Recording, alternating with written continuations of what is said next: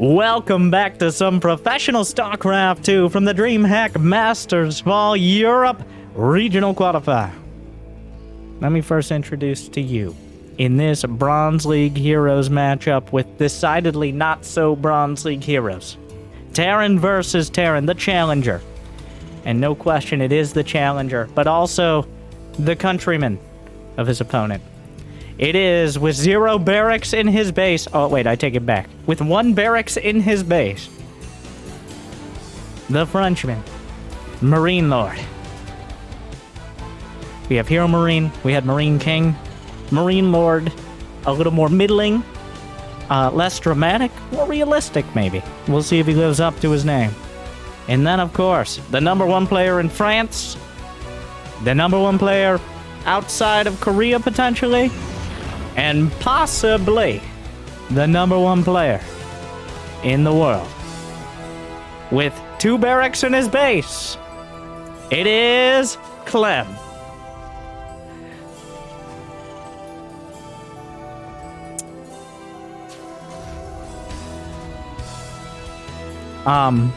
So MarineLord is putting a barracks with a tech lab in his base. I said it wasn't Bronze League Heroes. I said that. And I stick by it, but I'm becoming less confident as time goes on. As, that is concussive shell marauder from inside of his house. Did Clem scouted for proxy racks with his Reaper. But, I mean, well, is that walled off there? I don't think so. Alright, so MarineLord is putting Marauders in his base. I mean, Clem is playing a relatively safe, quick factory into expand. Like, it's not greedy, it's not greedy. Expanding on the low ground without an active scout is dangerous. Concussive shells is done. I don't know if MarineLord is going to move out with the Marauders until Clem shows himself on the other side of the map. Like, he's about to have a 3rd Marauder. I think this would be the time. Oh, no. Like, he's preparing for your standard Reaper Hellion here. That's what he... Like, wow, okay. Oh, my God. Oh, he's holding. He's holding. Wait. Marauders in the main! Oh, my God. I would pay real... I have to eventually find Clem's face at this moment. I can't imagine. The Marauders microing down, breaking the knees of anything that gets close. That Widow Mine, you got it's more dangerous to the SCVs than the Marauders to an extent. Clem handling this quite well for what it is. He's got the Widow Mine trying to keep any Marauders from popping out. 8 SCVs go down. That leaves MarineLord with a lead of 6. He's built a command center on his side of the map. There wasn't much of a follow-up here, so that was not even remotely close to game-ending damage, especially considering that Clem has another base. So, for this chess boxing match, it looks like we started out throwing punches as opposed to moving our pieces into position. Not usually how we kick off Terran versus Terran. Honestly, I think Clem came out at, like, he might not be outright ahead, but he actually comes out of that pretty fine. Like, he lost 8 SCVs, but that was 4 Marauders. He also killed 2 Reapers, which is fine, but, like, and the barracks is gonna scout, but of course it is.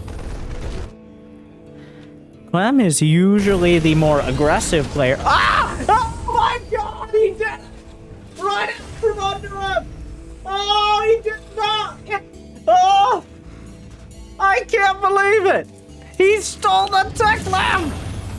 Oh, he's doing some push-ups! Oh my God! Oh, like one of the most niche cases in all of StarCraft 2. The tech lab steal. The practical use is mostly making sure your opponent can't use... Oh my God! Oh! It's happening! What is going on? I can't believe it.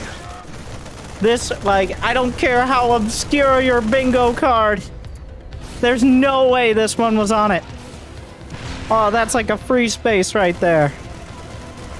So Clem kills his own tech lab, which was appropriated by MarineLord. Well, actually, the auto turret. Oh, what a! If he loses the tank and the medevac, Clem's actually in a really rough spot. But with the tank and the medevac intact, like the difference between 1 and 2 tanks at this stage of the game is dramatic. I can't believe MarineLord. It wasn't so much a whether you should as a whether you could situation. This entire... I like the tone that MarineLord is setting for this series. He's like, I will take everything from you, no matter the cost. And, the French pretty hardcore about their civil wars historically, and it looks like it will continue to this day and well hundreds of years into the future in Terran versus Terran. We will see how this ends, but it right now, when the smoke clears, such as it, and every add-on is returned either dead or to its rightful owners, it's looking pretty even. MarineLord down a couple SCVs, but with a quicker third. He's got his barracks up quicker. He's going to have his infrastructure online. But Clem actually maintained a better army to start. He has more tanks, though he only has 1 Raven versus 2. So, overall, MarineLord, and taking the initiative on the map, as MarineLord has been doing so far, 7.5 minutes in. And it feels like both double and half that simultaneously. Yeah, that army for Clem is much larger. He was scouting out.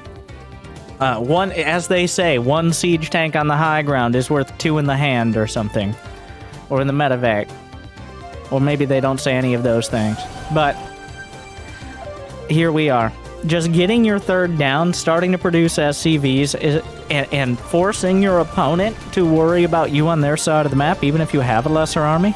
There's not enough Marines to just hit the stim button and go running and gunning. In fact, right now Clem has 0 Marines with his army. They're all in a medevac, heading for the main.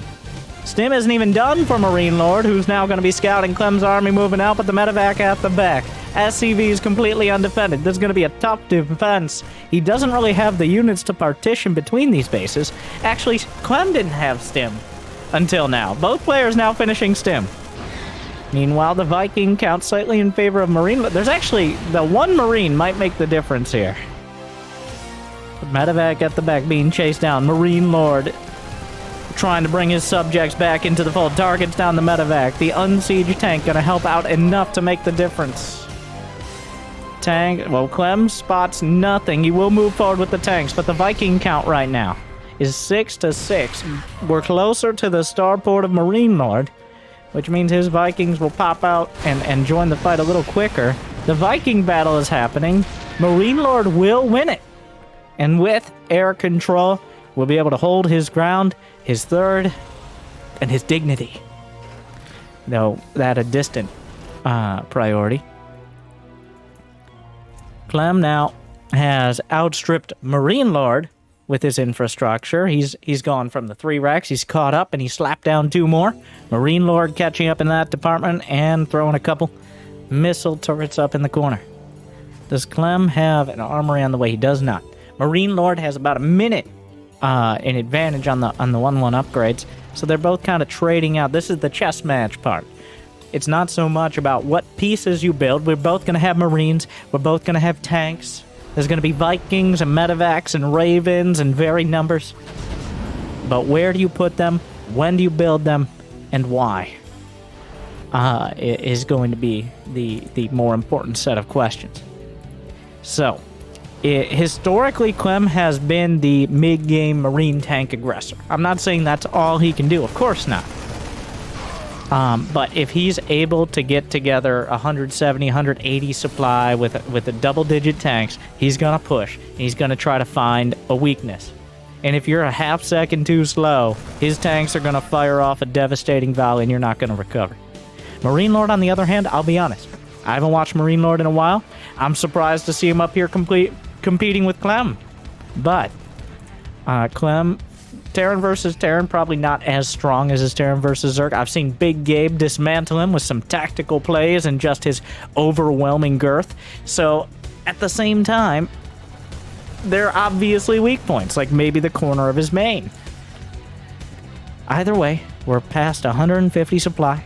2-2 on the way for both sides. 4th base coming up. 70-something SCVs. What do we see next? Just cast or fill at this point as we wait and figure out who's going to be the aggressor. The mini-map going to light up with units. Marines sent out for quote-unquote scouting to their death. For the greater good, of course. Clem moving around the southern flank. It looks like we're going to split it vertically so far. Handful of Marines. He's actually trying to out-micro a tank. He's successful. He kills a tank with 4 Marines and gets out with 2. Classic Clem. Drags him over to the right and then swings in for the big punch to the left. 1 tank. Not going to be enough. Orbital. In the air. It looks like it will get out in time. Anti-armor missile. Dorito dusts the front line, but Clem has already taken this position with the classic bait and switch. More than enough. And MarineLord took the bait hook, line, and mostly sinker. 3 SCVs go down, but the lack of mining is the real victory here for Clem. 2-2's on the way, though. MarineLord with a counterattack, 4 medevacs, a couple dozen Marines, a tank, trying to intercept or maybe flank a retreating army here. And with 2-2 on the way, those Marines are going to be much better qualified. Alright, the tanks are unsieging. If there was ever a time to try to flank, now is it. This is the best opportunity for MarineLord to get damage done before Clem has 2-2. And past this, we're going to be looking at 200 supply, though somehow they're both supply blocked right now. And maxing out on upgrades. It looks like that 2-2 upgrade advantage is going to be gone unchecked and unused, because MarineLord is already looking at the next dimension of this game. I mean that literally. He's going for air power. 3 Liberators. He's already got 7 Vikings. He's maintained his Raven. Corvid Reactor for both sides. Raven Energy, as they both know what direction this match is going. Clem has a single Liberator to try to break this tank line. That's a lot of Marines. MarineLord has 10 more SCVs, which means his army count, anti-armor missile, tank shelling on both sides. The no man's land. At least no man's for long. MarineLord debating his options. He has a Liberator to try to force Clem back. He should be successful. 2 Liberators are more than enough. Clem gonna have a tough time. Another Liberator on the other side. Gonna find tanks and SCVs. Clem losing ground on the home and foreign fronts right now. Even a couple snipes. MarineLord taking a much better opportunity with this air control. MarineLord pushing Clem back and undercutting him at home. MarineLord now the one with less SCVs. Fusion Core is on the way. I don't think that'll be the last one we see this game. Another armory. Ravens produced on both sides, and while they don't do the explosive seeker missile flavored damage they once did, the Ravens are still the late game option for winning the air battles and almost every other battle, as long as you have enough air control to zone out the tanks.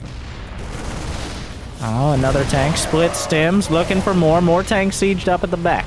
No advanced ballistics means the Liberator's got to get pretty close. Will Clem sacrifice Marines or back off? He chooses the second. Oh, the tank's having trouble. Down goes a Viking, as the tanks weren't close enough to back him up. MarineLord, the CCs, more CCs being grabbed here than a particularly successful scammer's email account. And at the moment, while these skirmishes continue, both sides are but they're just taking the map. We're just immediately grabbing the whole damn map right now. Clem has 1, 2, 3, 4, 5, 6 bases. MarineLord is heading that direction very quickly. A handful of Marines out there. 3-3 is on the way. Clem actually didn't invest in 3-3 upgrades as all his gas is going into the Ravens. At some point, you can have two, like, the Raven battles are really hard to judge, because at some point, everything will be anti-armor missiled, which just visually makes things difficult. And then you have to think about the actual damage. Anti-armor missile doesn't do damage, it just increases the damage done to units. It can definitely swing a fight, but if everyone's an anti-armor missile, then to an extent, nobody is. The Raven count is 7 to 5, but those numbers are not like Viking numbers. It really very much comes down to the spell casting. Anti-armor missile on some of the Ravens, one sniped off. Advanced ballistics, still pretty far out. Right now, Clem is denying this side of the map while still he successfully scouted that MarineLord has taken those front areas. Interference matrix scrambles a few tanks. Auto turrets underneath. Anti-armor missile thrown out, and interference matrix on both sides. The air unit's still dancing around, but Clem has decisively less, throwing a couple medevacs into the main. Vikings gunning down all the air Clem has. MarineLord, the only thing he's not able to deal with are the Marines of Clem. Lording over his main at the moment. 19 SCVs down. Couple tanks showing up. The Marines that MarineLord does have left. Whoop, Clem. A little sloppy on the medevacs and loses 20 supply with him. Meanwhile, the Liberator's moving up. Advanced ballistics closing in. MarineLord, a bit of a rough fight in the main and having trouble holding on to this middle base. But overall, I'd say both in upgrades, production, and unit composition, MarineLord has a better grasp on the endgame. Clem kind of feels like he's playing a little... He's trying to play around what MarineLord is doing.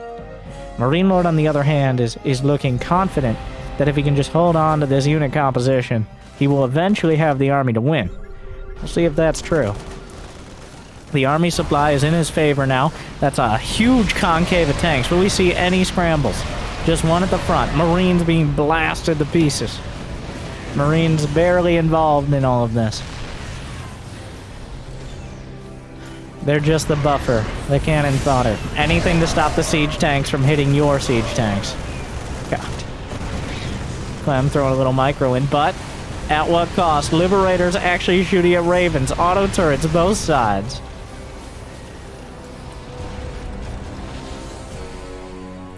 Four Liberators on the way at a time for MarineLord. Meanwhile, small Marine drop actually going to cut off a handful of SCVs. Clem building up a better bank. And while, like, MarineLord's unit composition is on paper better, Clem is starting to suck the resources out of the map way quicker. Though, losing a dozen SCVs for almost free. He's actually adding on 3 more racks. And adding on add-ons for 3 more racks, but that got confusing to say. Sensor towers are going to get confusing, but start to cover everything. If Clem is able to mine out, I know this sounds weird, but like if he's able to mine out quicker, he's less tied to certain locations and can worry more about taking the best possible fight. Whereas MarineLord has to defend these bases. His forces are looking stretched pretty thin, based on the fact he's losing a command center to Vikings. Clem still doesn't have 3-3 on the ground, despite how many Marines he's producing. Oh, SCV's dying on all sides of the story. The blue mineral workers are the ones who get hurt the most throughout all of this. And we're no closer to deciding it, as there's still a dozen command centers on both sides. The high ground has been claimed by MarineLord. Liberators with advanced ballistics, able to shoot all the way from a safe location. Push those tanks back, and the MarineLord tanks step forward. Re-sieging the cover. The double siege. At some point, Clem's gonna pick a fight. Anti-armor missile, and auto turrets across the board. The tanks obliterating them instantaneously. MarineLord, it looks like he's winning the air war. Honestly, kind of hard to tell. You gotta keep the numbers up. 6 Ravens on each side. Clem actually has more Vikings, but the Liberators are able to drive a wedge in between the tanks and liberate everything. Clem is kind of looking, once again, to play around where MarineLord is. Problem is, for the first time in a while, MarineLord has moved across the map. Remember, this started with a proxy Rex into add-on steel. What a game we've had. So much of it. A whole saga here. And this is game 1. Oh, get your popcorn, pause the video, like and subscribe. We could be here a while. Oh, anti-armor missile hits the whole Scandinavia of Vikings. Meanwhile, the Marines are just awkwardly. Marines are doing the most possible work here. Anti-armor missile once again hurts the self-esteem of all these units, but doesn't stop their damage output. The auto turrets, on the other hand, the turret wars have begun, and right now the tower defense is going in favor of Clem. It's unclear exactly how it's going to shake out. The Liberators can tank a lot of Viking shots.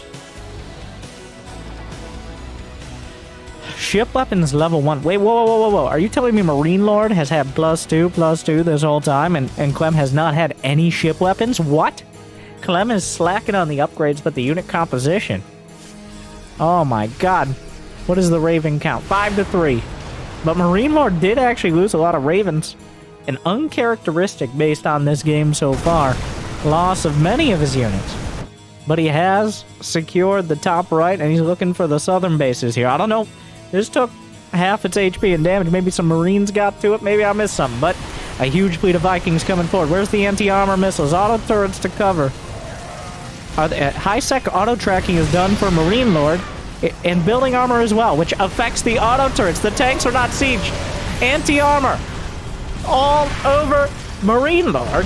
I'm really surprised at how few anti-armors we're seeing on Clem's army now. Tanks actually shelling from point-blank range. The SCVs might be able to fight this. A medevac drop is heading out if the SCVs could just hold strong. The Marine is able to deal with the sensor tower. Vikings, well, everything on the ground is caught on the wrong side of history here. Vikings on the deck. He actually commits to the fight on the ground. Anti-armor missile. Vikings back up. Smart servos, a rare upgrade, but definitely could have some value here. Auto turrets in front, doing what they can. Another anti-armor missile, and that could swing this fight. The drop cleaned up the tank to the south. Meanwhile, tanks firing over the rocks at each other and taking out the rocks as well. There's too many tanks right now for Clem. The counter scan, the no man's land, down, the SCV can't find a place. 11 SCVs have gone down. Honestly, at this point, it's kind of confusing to tell who has more income, because like 50 SCVs is about as many as you want at this stage of the game, where having a large enough army to actually fight truly matters. Wow, that tank actually was in range, takes out a couple others. One auto turret snipes again. Clem is found without nearly enough siege tanks to retake this position on the high ground. Handful of Marines darting in. There is no planetary over here. The awkward thing is, if they get close enough to maxed out, the production will not be providing reinforcements to deal with these kind of counterattacks. That's not the case as of yet, but as time goes on and the fights get closer and closer and the minerals get less and less, it could definitely be a factor. Vikings fighting each other. 22 versus 10 is a decisive difference in Clem's Vikings admit defeat. All right, they submit and drop to the ground. The ultimate show of deference to the air superiority of MarineLord. But on the other side, the Marine count more than enough to deal with both reinforcements and anything else. The tanks are all focused on pushing forward, and Clem is striking back. The tanks, any amount of tanks is a huge deal, especially with anti-armor missile getting involved. +3/+3 is done for all infantry. +3 ship weapons and plating for MarineLord, who could use one Liberator right now in order to break this position. He's struggling. Clem scans. There's enough scan. All right, there's more orbital commands than like a dozen planets would need at this point. But this one is already hotly contested. Down goes an orbital. Like, what did you think was going to happen when you lifted it? Meanwhile, though, the Marines, the most mobile of any of these units, coming in looking for the flank from the back. Anti-armor missile. The tanks need to be sieged. It's incredibly important. The Marines looking for an opportunity. He splits, he stems, devastating damage across the board. Huge damage. Here come the Vikings, though. A handful of interference matrices. And Clem finally cleans it up. But at what cost? At what cost? As a MarineLord is at 173 supply. He's still got enough. Both sides are spending all the money they got coming in, and they're mining from half a dozen bases or so. Well, the first 2 or 3 are mined out for sure. The 4th and 5th are starting to look pretty dry here, as we're going to mine out about as efficiently as only Terrans can, with mules on both sides. Liberators continuing to press forward. Another couple shots. The tanks forced back. MarineLord's reinforcements are enough to hold the line.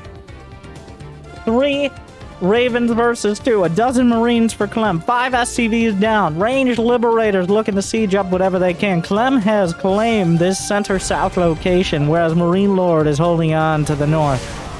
Oh, a couple scrambles. The Marines stimming through and tearing up the tanks. There's a Hellbat in there. How did that happen? What a misclick that was. Oh, nobody ever wants to see a Hellbat at this stage of the game. That's just... that offends my sensibilities. Clem, not able to make enough headway to get onto the production, but he does cut it off. Finds an orbital. MarineLord looking for the best way to deal with this, but in the process loses track of a couple Ravens. MarineLord is gathering his reinforcements from both sides here. And the Liberators will either he forces the unsiege, but the Liberators raining down from above. Meanwhile, the tanks holding the line at the front.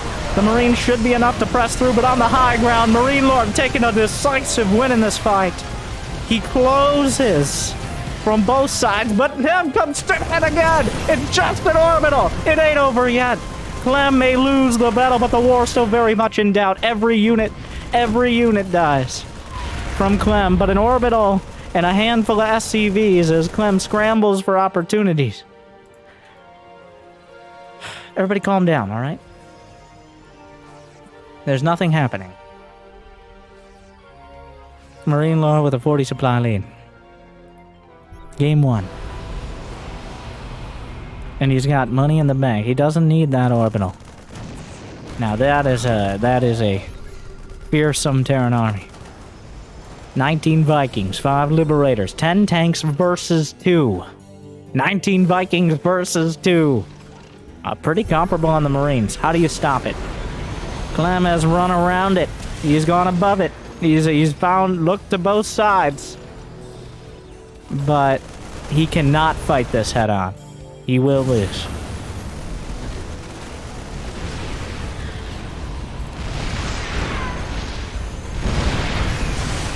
Scrambles across the board. He's gonna go. This is all he's got. Everything left on the table here for Clem. The scrambles are good. The anti-armor missile is better. The Marines were more than enough. Liberators down. Vikings in full retreat. A couple tanks finding a lot of damage. But if he can get those, he can get the Vikings. And Clem refuses to give up. Another Liberator, I think, select all army hockey throughout all of this. The most perfect engagement he could have dreamed of. The Raven count high enough to disable the key units and soften up the rest. But Clem still struggling to find... well, he's got the income. He just needs to put the units together because he's still stuck. He didn't get enough Vikings or Ravens, but he did clean up the tanks and Liberators, which were the units that allowed MarineLord to continue to push through. Another tank goes down. Clem mining happily from the left side now, and he has been for a bit, which means he's going to get closer and closer to matching 200 supply. MarineLord, he's beaten back, but the momentum is still very much in favor. Clem is back to Marines and medevacs, what he knows, what he loves, and what he's probably the best in the world at using. MarineLord, on the other hand, shying away from his namesake in order to focus on force multipliers. There's 5 tanks against 8, but the 16 Vikings, 10 Ravens on each side are definitely a bit of a wild card here. A scramble. MarineLord trying to stim forward. Where's the anti-armor out of Clem? The tanks taking a bite. Clem, he's not quite mined out. There's still a few hundred gas, but Clem is at the point where he doesn't necessarily need this position, though you don't want to give it up to potentially drops in your main. Clem doesn't have much left to gather from this side of the map. So, at the end of the day, you have to make a decision. Do you amputate the affected base, or do you move to defend? And right now, he's just threatening. He's looking for an opportunity. Enough Marines got by. Is he actually going to try to stim down a planetary? Like, MarineLord knows both of them have enough scans. They could be scanning constantly, and in fact, they are. MarineLord actually, I take it back. MarineLord only has 3 orbitals. Which, what happened? Where did they all go? They floated into Clem's Marines. You might be like, but they were at my bases. Well, Clem's Marines were at your bases, and see what happens. Scrambles everything at the front. Auto turrets around, looking for another bases. Clem, MarineLord, gonna take his pound of flesh, blood, and metal. In turn, planetary down. Marines left behind. The rest evacuate. Both sides trading spaces, bases, and corners here. The supply is still dangerously close to 200. We still haven't seen that decisive game-ending engagement, if we ever will. There's a chance they both just start getting so far into the war of attrition we never see a game-ending fight, but instead a slow trickle towards death, one way or the other. Clem has 152 army supply right now, down to 36 SCVs, but there's just not that much left to mine. He's also got 5 orbitals for mules, so... And, of course, constant scans. There's no tanks. MarineLord got out of position. Just kind of idling in the center of the map, and that means Clem going to be able to take another base. Anti-armor missile finds half the Marines. The other half on the northern front, caught behind the tanks, but scrambles through that. Does Clem go up the ramp? Oh, it's such a hard call to make, and I think Clem makes the right one in retreating mostly. Scrambling across the board. 1, 2, 3, 4, 5, 6, the entire tank line. And every single Viking is hit by the anti-armor missiles. The tanks being isolated, locked down, killed, but it's not enough. He might not have been able to shoot with the tanks, but the planetary, everything at the back, auto turrets. And game 1 ends with Clem falling to MarineLord's strong defense and stronger unit composition. MarineLord has taken the initiative in this series. And, well, he's rewarded. From a proxy in your main Marauder to an add-on steel to Mass Raven. You can't get too much more into one game, but that's why we have a whole series. Clem gave up on having the better unit composition and tried to rely on better micro. And while he may have won battles, the war so far to MarineLord. Game 2, Blackburn.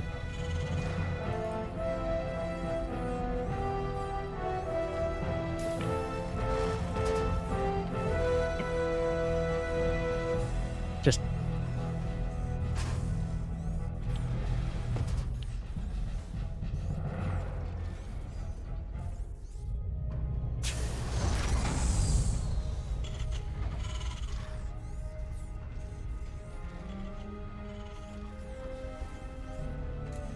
alright. Clem now walling off his ramp. So, in terms of maps that could get cut in half, Blackburn is possibly the most obvious, with an interesting twist, or a couple twists. Gold bases and center pseudo islands. Both to the north and south, and on either side you have the islands. And by islands I mean kind of raised platform areas that are incredibly hard to attack via the ground. Not actually split off by air, but close to it. And then, of course, the exposed golds on either side. Will we get there? I mean, game 1 was about as cheesy as you get to start. And that was 32 minutes. And it felt like double that, but in the best possible way.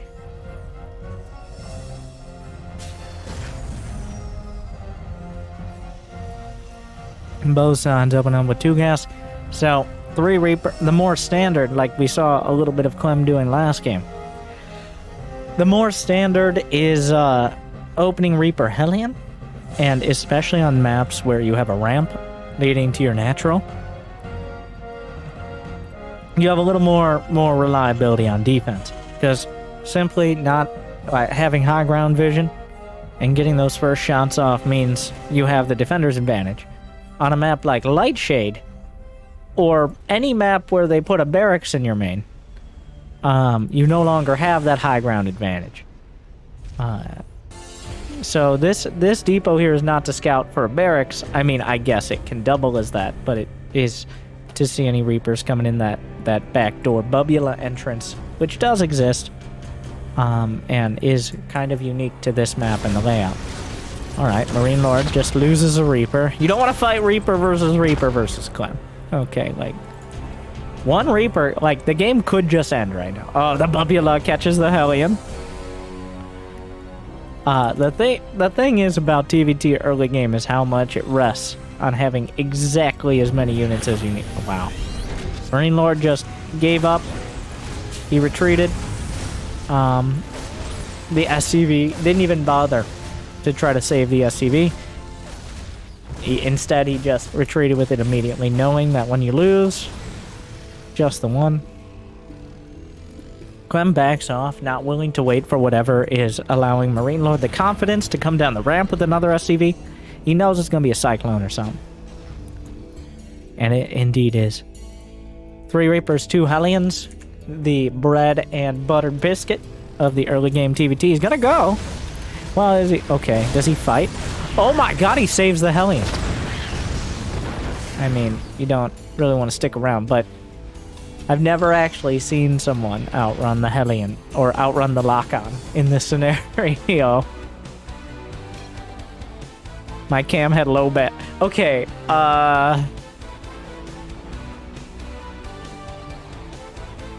maybe he should have gotten a battery overcharge. And also, what? What is he using, like his phone? So, for those who don't know, this is part of Dreamhack Masters, of course, where, somewhat awkwardly, but when you think about how regular tournaments are run, the players are either required or strongly suggested to have webcams, much like myself here annoying you on the screen. Which, at first, when the great Defiler Plague went throughout the world, was a little awkward, because pro gamers are used to, when it comes to production quality, putting in less than minimal effort. At least most of them. So for many pros, the pulling teeth process of having someone like Jimmy help them set up like a webcam or whatever it is that MarineLord is using that has a battery pack, which I am kind of interested to know what that is. Yeah, that was a process. It's been kind of like we've all been through a lot in the last year. I've been through most of the same things because I sit here and I talk about StarCraft all day. So that was pretty much exactly the same, but with less obligation to go outside. So that was nice. Like and subscribe. And some of you might have just started tuning in more in the last year, in which case, welcome. And some of you might have started tuning out in the last year, in which case, irrelevant. So here we are. With our batteries charged and our hype meters at full, MarineLord is going Mech. Clem now knows MarineLord is going Mech. So it appears that MarineLord is going to rely on anything but Marines to win this series. He's already prestiged the Marine Achievement Path, and is now working on MechLord as his title, but that takes several years of training and disappointment when you play against anything that attacks you a little awkwardly in your main when you don't quite have enough units, because the big weakness of Mech is not having enough filler units, which is the role. It sounds a little weird, but like, Marines are great filler units. In fact, even for Mech, sometimes players will build a couple dozen just to put in front. because you need something to prevent them from negating the damage of your tanks. Like right here, where Clem realizes that tanks are exploitable so much that MarineLord feels obligated to use an interference matrix to stop a cyclone. Oh, begun the Clone Wars have. Just siege tanks and Vikings was great in Wings of Liberty, right up until we invented marine splitting technology, which was mostly Marine King microing against slow banelings, and people being like, oh my god. And now today, like, we look at Clem and wonder how we never knew. Clem's actually gonna... Alright, Cyclones from the high ground. 3 more tanks show up to the party. They do siege, which is quite a commit. Is the target fire there? Auto turrets on both sides. And we do see the weak point of MarineLord's play here. Okay, not particularly weak. Clem can't go any further, but without enough in front, it's very hard to keep your tanks from getting isolated and killed. I don't think Clem did enough there, though. Clem actually committed a lot to this. What do I mean? He doesn't have stim. His 1-1 isn't particularly quick. His production, like, he's adding on a 4th and racks 4 and 5. So MarineLord actually relatively comfortably will be getting 3 bases up. And this is the big struggle for a mech player, is getting to 3 bases without having to be overly defensive. Clem has kind of served that to him by doing such an attack and losing his Ravens and losing his air control. Now, that very well might have pushed through. What happened was MarineLord had 3 tanks in reserve. I'm not sure if that was intentional or just fortuitous.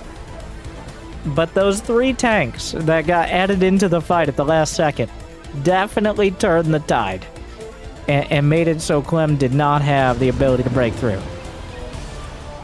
Now we see one of the most dynamic mirror matchups possible, just in general. We do have that chess match up again, but with different pieces this time around, because both sides will be using almost entirely... there will still be tanks, and probably Vikings and medevacs. But Clem looks like he's focused heavily on the Marine Marauder. He's not going to try to wrest air control back immediately. He's going to use the mobility of the MMM, or at least the MMM. God. I'm not a rapper. But in order to draw MarineLord out of position, is that his end game? Or is it to create map control in order to get a lead in Vikings and air control and force back the tanks? Now you see how inefficient these units are. Like, just moving around the main is a struggle. Clem up 30 supply. It's almost like a Zerg versus Terran. At least old school Zerg versus Terran. Well, the Zerg will have more supply, but the Terran's units will be stronger. In this case, MarineLord is the Terran and Clem is kind of the Zerg. As he's looking for any opportunity to counterattack, outmaneuver, smash any additional bases, because unlike with Bio, Mech costs a huge amount of SP and gas. Those siege tanks, those Vikings, those armories themselves, and the upgrades, they don't come cheap. Okay, you can't trade minerals for Vespine gas, much to the dismay of many Terrans spamming those mules.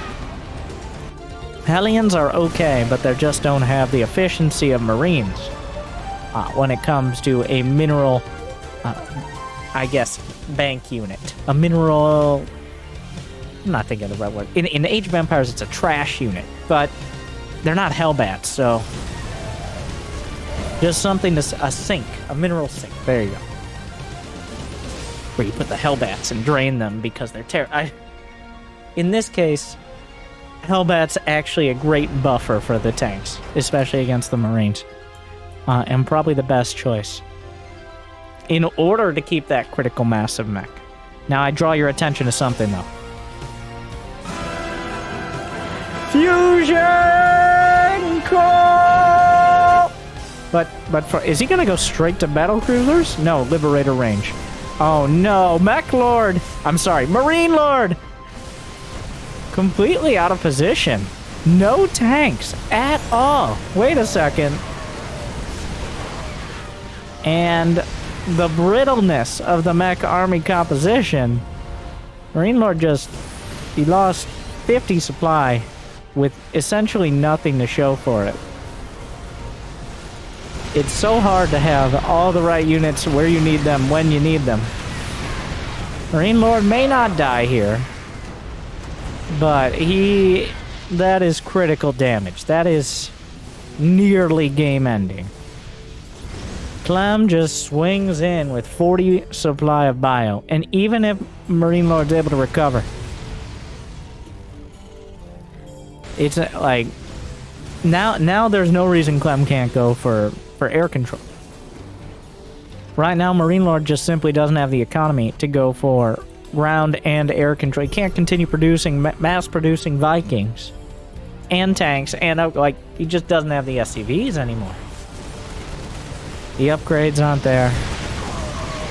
Clem, he didn't even go for advanced ballistics, but right now Clem has 12 Vikings to 7.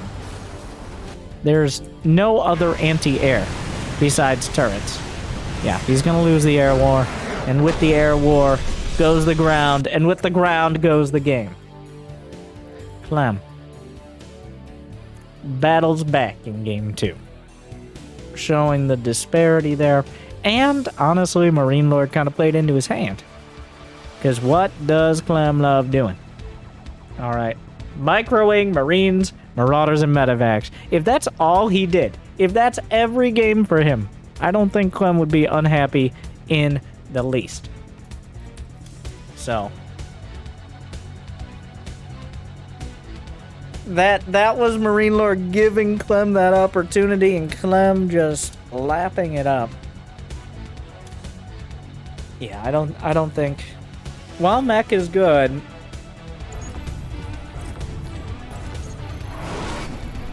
Clem is better. I guess that's how we're gonna end that.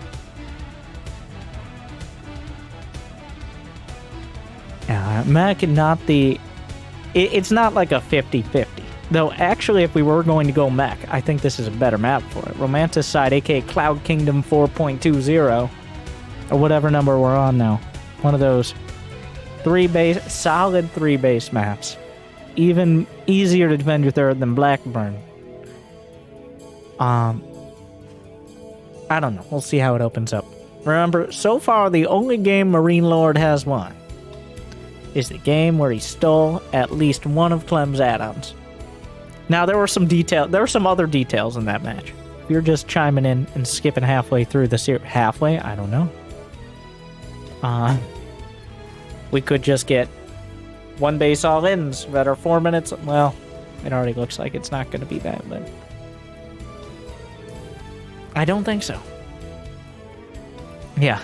He stole an add-on. There was also some other details, and stole the add-on. 25 minutes later, GG. Easy peasy. So, just an aside, as we always take a little bit of time to fill, this is one of the hardest parts about StarCraft 2, I think, both for you, my anxious friend who struggles to press the ranked button, and for tournament organizers. Because when you set up a best of 5, the usual standard is an hour. You say an hour, but unlike many other esports, or as they call them, normie sports, that best of 5 could very well be 3-0 in 12 minutes. Or it could be 3-2 in 2.5 hours. Now, usually it's closer to an hour. But it is not nearly as reliable as many other games and just sports. And that is the best part of StarCraft and the hardest part of StarCraft. Because you guys know, when you're thinking about that ranked button, you could be signing up for a 3-minute cannon rush, or you could be signing up for 48 minutes of mining out the map and trying to remember what the hotkey is to high-sec auto-tracking. You're like, Winter, of course I know the hotkey to high-sec auto-tracking, but I don't use it because I have a mouse. It's like, few things. And 2, send me your replays. Like,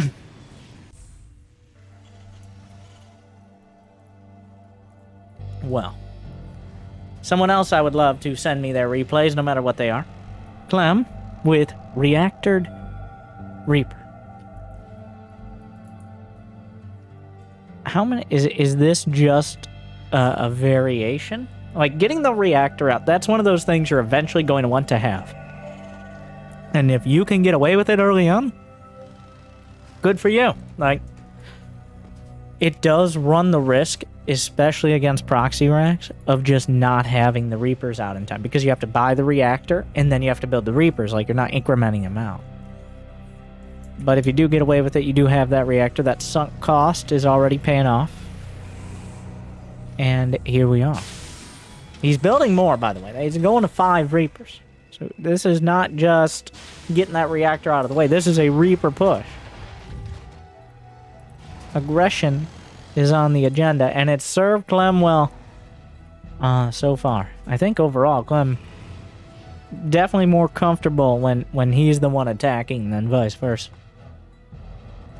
There will be a Cyclone, 2 Reapers, and a Hellion against 5 Reapers and 3 Hellions, which kill this. Oh, 2 Cyclones definitely change the equation. Okay, yeah, wait, he's gonna go anyways. Okay, he gets 1. You gotta be careful what you lock onto. Ooh, bit of a mistake there, locking onto the bruised Hellion. Clem's gonna get into the main. Okay, he's gonna get a couple kills here. Huh. Yeah, the second Cyclone was a deal breaker, I think. Clem loses everything for a Cyclone and 2 SCVs. It's not just like that he didn't kill much. It's also that he now doesn't really have as many units for a potential counterattack. Killing the Cyclone was important to stall that out, but will MarineLord try to take advantage of the situation and come across the map? No, he already had a 3rd CC. What am I saying? Like, Clem saw the 3rd CC. He's hiding this. Okay, so mind games. Not huge, but like mini mind games here. I think what MarineLord is doing with these barracks is Clem's gonna scan. Because MarineLord bought Mech, right? Like, while Clem has already seen the 3rd CC, eventually you're gonna add more tech on. And if you're gonna go Mech, you're gonna add more factories. So what Clem, quote-unquote, should see when he scans is 111, a Destiny Cloudfish build over here. And no other tells besides a researching tech lab, which isn't necessarily a tell, though likely is, that it will be bio. Now, it feels like it's not a big commitment to build the barracks a little bit closer to the edge of the main, as long as you don't get dropped. But it's a little mind game he's mixing in, and it's cool to see he's thinking of stuff like that. Clem scans. Clem sees. He doesn't see the stim icon, by the way, just to be clear. Though the thing is, does Clem call his bluff? Like, and how would we know is another question. Like, does Clem think it's going to be Mech? There's not an easy tell here. He does have a 3rd. There's no reason not to defend it. It's not like he was going to do it all in.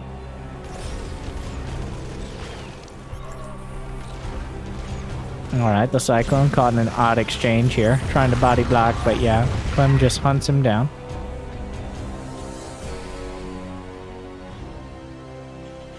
This is more of the chess match I usually reference, by the way. Game 1 started out with the boxing round. But in your typical, more macro-oriented TVT, you've got a little bit of a dance in the early game, maybe a quick exchange, and then a lot of positioning as we open up. We get 60 SCVs, 100 supply, double upgrades, all the infrastructure, and then We're all both going to agree once Stim is finishing. One's coming up. Maybe some medevacs are coming out. Maybe not. Then we'll start punching each other in the face again. But for now, the build-up continues. As neither side, like, if you're both going for similar things, and you move out, by the time you get across the map, it is not unlikely they will have more of the same things. This is not an unreasonable assumption. And that is why, until critical upgrades are finishing, you don't usually see people moving out. Yeah. Clem now has +1/+1 on the way, 2 more racks, 4th CC, a single medevac, going to 2. Wow, he looks so antsy, he wants to go! But he knows, like, without combat shield, that's a big one, like, without medevacs. I think as soon as these medevacs finish is when Clem starts getting out there. He putting himself out there, trying to take advantage of the position that he can grab on the map.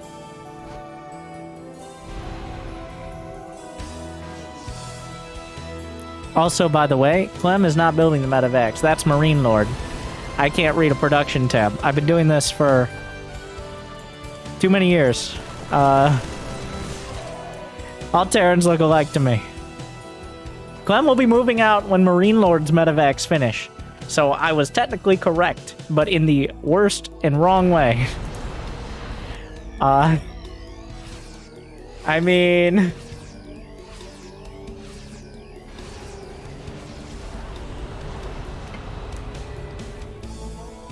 Clem is moving out to take his foot. Wow, this is a full no-rush 10-minute.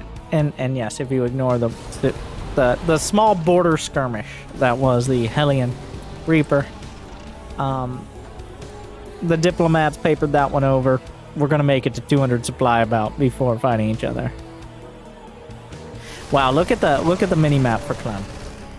Okay, versus MarineLord, who has barely any vision. Clem has actively gone out and grabbed all this vision. Whereas MarineLord's only at 68 SCVs. He's not building any more. I think that's intentional. MarineLord is trying to build the strongest possible army again. We saw this in Game 1. He's trying to build the strongest possible army, and I think with 2-2, look to smash. Like, he doesn't have starports on the way. Just one more factor. So the lack of starports indicates that MarineLord is committed to this marine tank. Whereas on the other side, 2 more starports are on the way for Clem, who's keeping his options open. The starports are usually the late game option, as we've already seen. Alright, 2 tanks are not going to cut it here. Not if there are any Ravens involved. There are no Ravens. Clem is now up 30 supply. The 2-2 is less than 5 seconds apart. 3 more commands. Okay. Still. Here come... Well, MarineLord... 4 more starports. 5 more command centers. And a new car! Well, those command centers are kind of getting in the way of defending against this attack here awkwardly. The rest of the army coming around from the northern flank. Sensor tower going to kind of stop that attack before it starts. Clem losing a medevac and most of the Marines.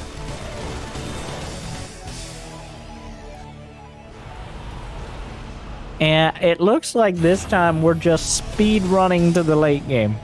That was about as close as we're going to get to a fight before air superiority becomes everything. Clem, so once again, we saw this in Game 1. Clem going to grab the map, but MarineLord is focused on building the right army. 2 reactors, 2 tech labs, and also, for you Bronze League heroes out there, can we appreciate how MarineLord's base looks? Oh, come on. He's got a campaign base over here. The depot's out of the way, off in the corner. We got the line, the production line. Come on. Beautiful. 12 minutes, and still just the skirmishes. The more upgrades completing. More starports coming out for Clem. MarineLord at 76 SCVs, and once again, I don't think that's a mistake. I think he's intentionally keeping the SCV count relatively low, under that 80 mark, to maximize his army. He could easily build half a dozen more SCVs and a dozen Marines and max out right now. But instead, Vikings and Ravens. Look at the upgrades for Clem. And by that I mean lack thereof. He has mech weapons on the way, no ship weapons. He just started +1 vehicle armor. He might have every base on the map. But his units will just not be able to easily compete with the stopping power of MarineLords. In those Viking wars, the tank wars, Clem is once again going to have to rely. What is the Viking count? 18 versus 21. Anti-armor missile is huge. Snipes a Raven. 4 Ravens to 4. Clem has a slight Viking lead. Upgrades aren't going to counteract 4 more Vikings. Anti-armor missile makes the math very confusing. Anti-armor missile isn't ridiculous in Viking versus Viking fights because Vikings do a lot of damage, so having 3 extra per attack is not everything. But if you add any turrets or Marines in, which there will likely be some turrets or Marines, it increases their DPS by a huge amount, like almost 50%. Maybe a little less, but it's up there.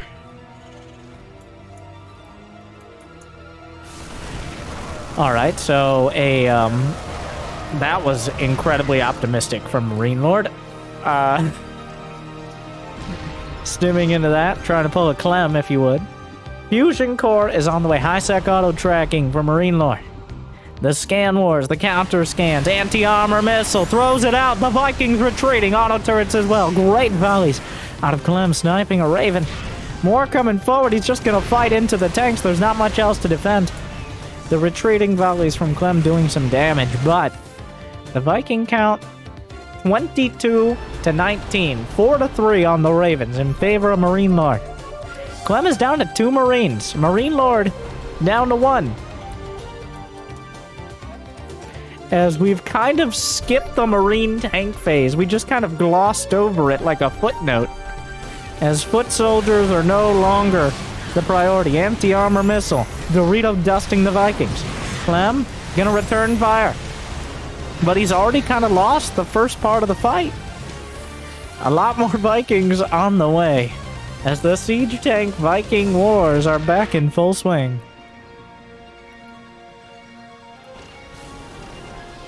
+3 ship weapons. I'm sorry. Is that Yamato cannon in production? A fusion core now on the way for Clem. Is that a misclick? Or is that a promise?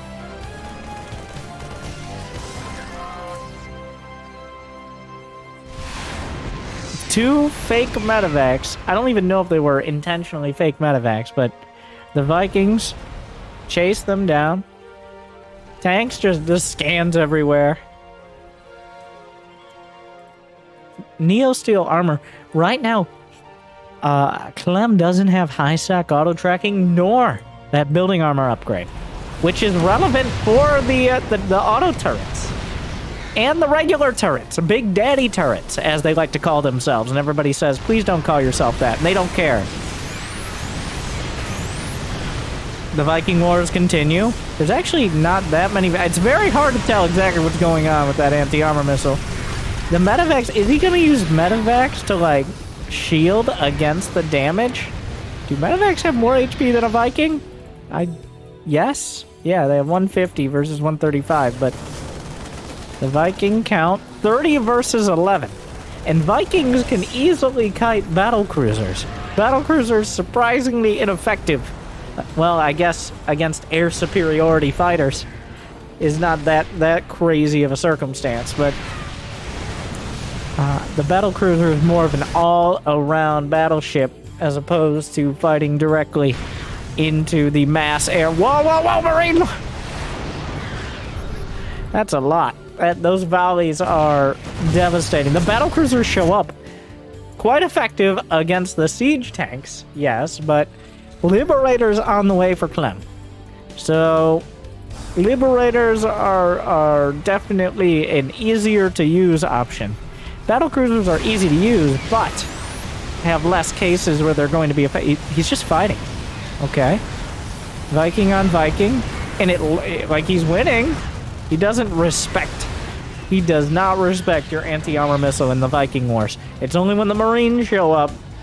So at least Clem reinforcing my point about Vikings not using the anti-armor too much, though it's not something that really hurts to have.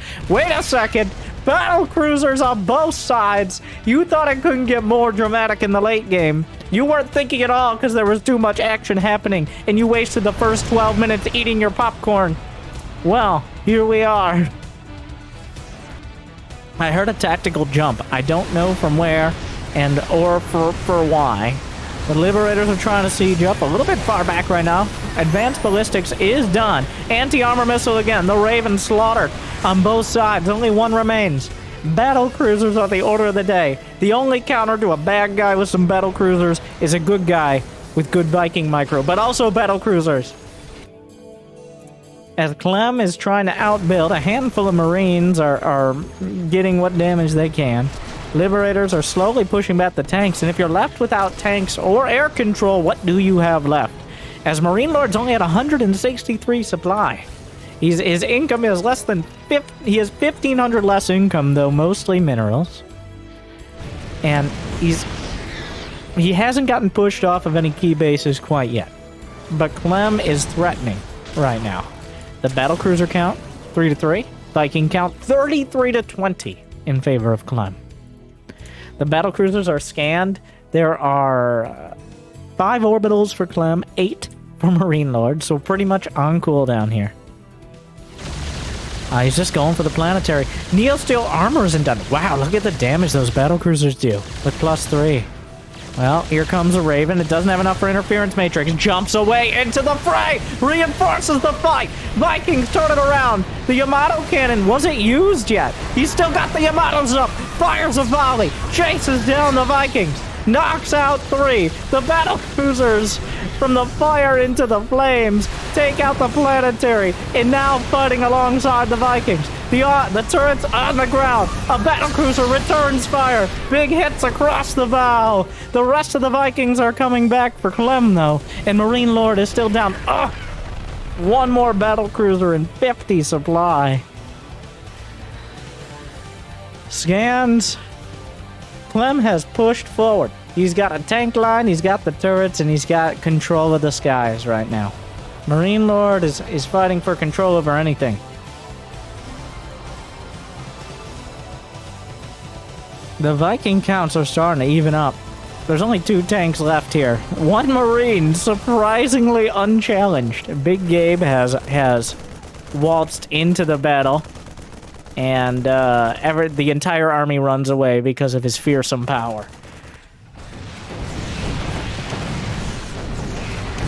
The turret's actually finding some kills. The tank's forced to retreat. Snipes the Raven! Raven's knocked out of the skies again. So many Ravens. What is that? Yes. A stealth tank slips into position here. The Vikings will move to deal with it.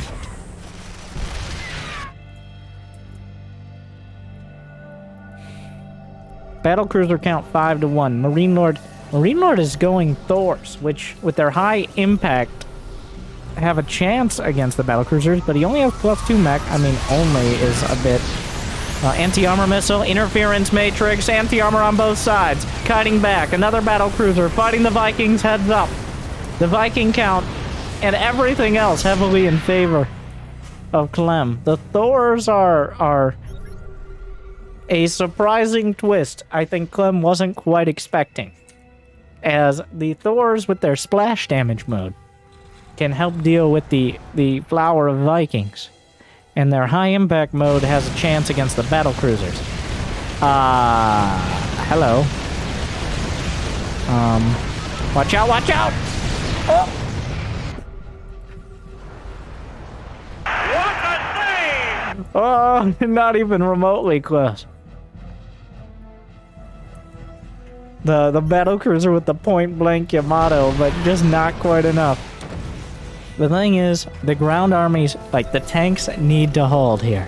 Clem is raising the TPM. He's now got 34 turrets, let alone however many have died. Only 8, surprisingly. But the battlecruisers can knock out the tanks with some Yamato volleys. We'll see if they decide to do so. Thor's getting involved. Battlecruisers jump away behind the lines. SCVs not deciding to give up their supply quite yet. Actually going to repair. MarineLord struggling to keep his supply, and then they decide to sacrifice. Why does no one just kill them with their own units? It's a matter of principle that we have the enemy kill our units. The sensor towers making a Venn diagram of clusterfuck in the middle of the map. The scans doing the same, but much more flamboyantly. And MarineLord, despite consistently having less units and less income and less supply, is holding strong. He's not been really pushed off his bases. He's taken as many as Clem. The battle cruisers actually expending their Yamatos. Anti-armor missile, both sides. More battle cruisers versus less, but better upgrades for MarineLord. And the weapon and armor upgrades in battle cruiser versus battle cruiser are actually massive. They both deal out and take so much punishment. The Vikings do a pretty okay job themselves, knocking down another cruiser, looking for the Vikings. Oh no, jump!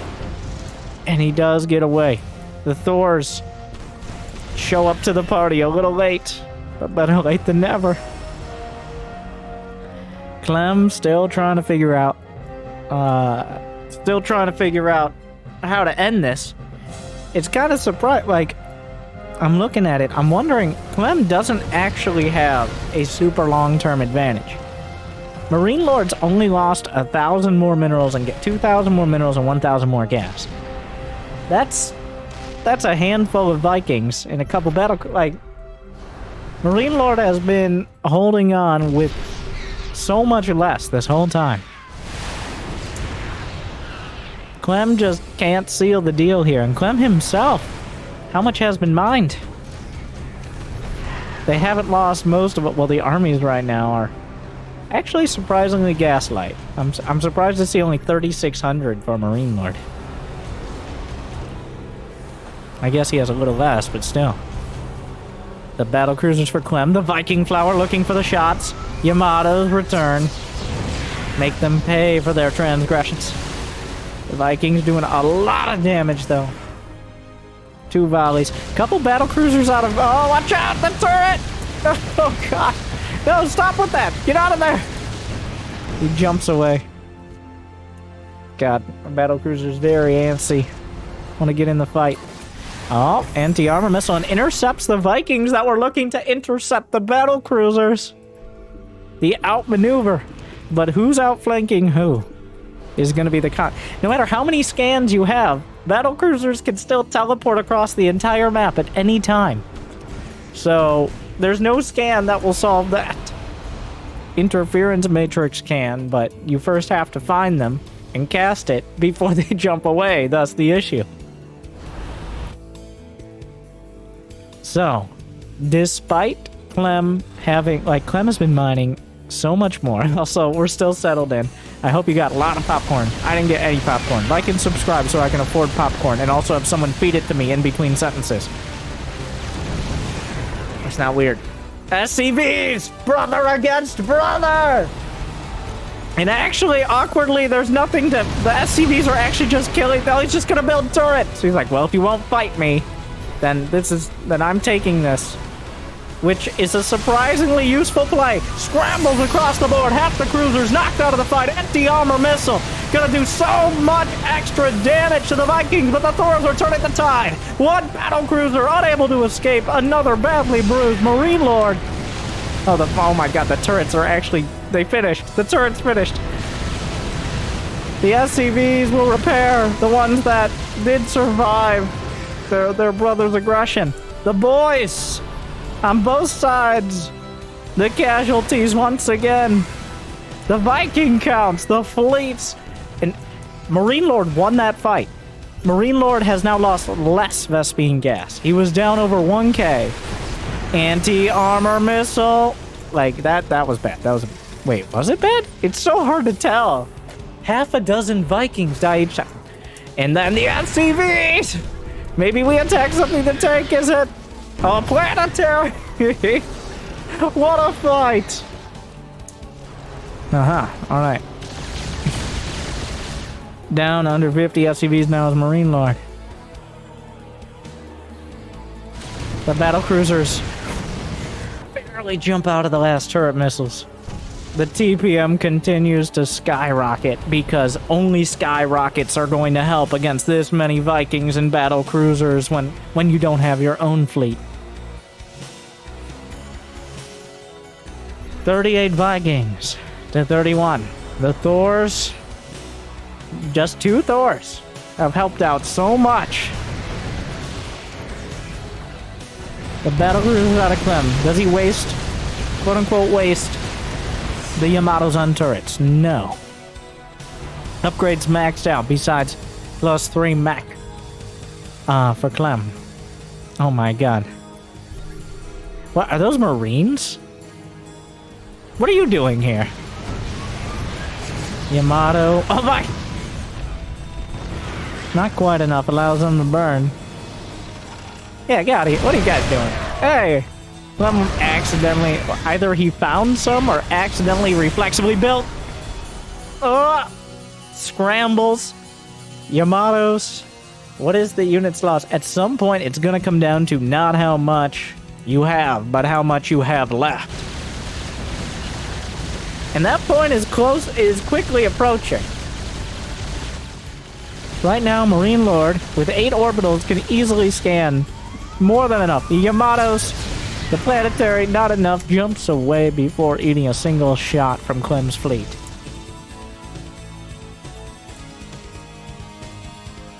Clem on the chase. Those 2 Thors looking to get involved. 9 battlecruisers and 38 Vikings, as Clem has whittled down his army to the important things in life. Or so he thinks. And this is it! This is everything! The whole fight! Anti-armor missiles! Huge concave, not that it matters particularly much. Thor's doing damage underneath. MarineLord finds an anti-armor missile. Battlecruisers going down. It looks like the start of the fight goes Clem's way, but the Thor's still adding damage. Has to jump away. And who wins? Whoever manufactures Vikings is who wins this one, because at this point, MarineLord has lost 700 less gas. The Thor's adding in enough damage. The kiting almost killing another cruiser. Meanwhile, a couple tanks. Wow, oh, okay, so MarineLord, I think, actually won that fight. Based on the cost efficiency. Oh no, Clem, honestly, this is lazy. These are the kind of things Clem can't be doing. Like, if he loses these 2 battlecruisers, it's essentially free. The reflexes just jump a battlecruiser in, but now those battlecruisers are on cooldown, and he has to move to defend. Both sides are building Marines again to fill in the gaps in their mechanized production. Things have gotten desperate. This tells more of a story than I ever could. Scans spawning for the army.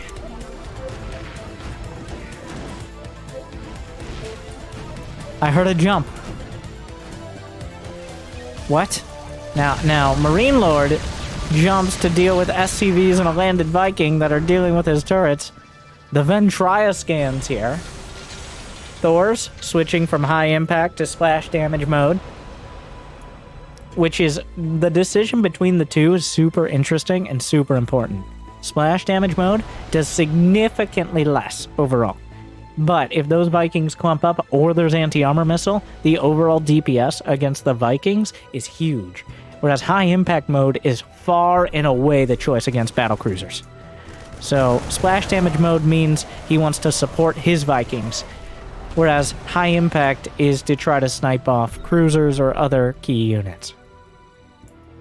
You can tell whether they have the big cannons brought down to the front. Pretty distinctive difference in the animations. Let's just keep the units tab open.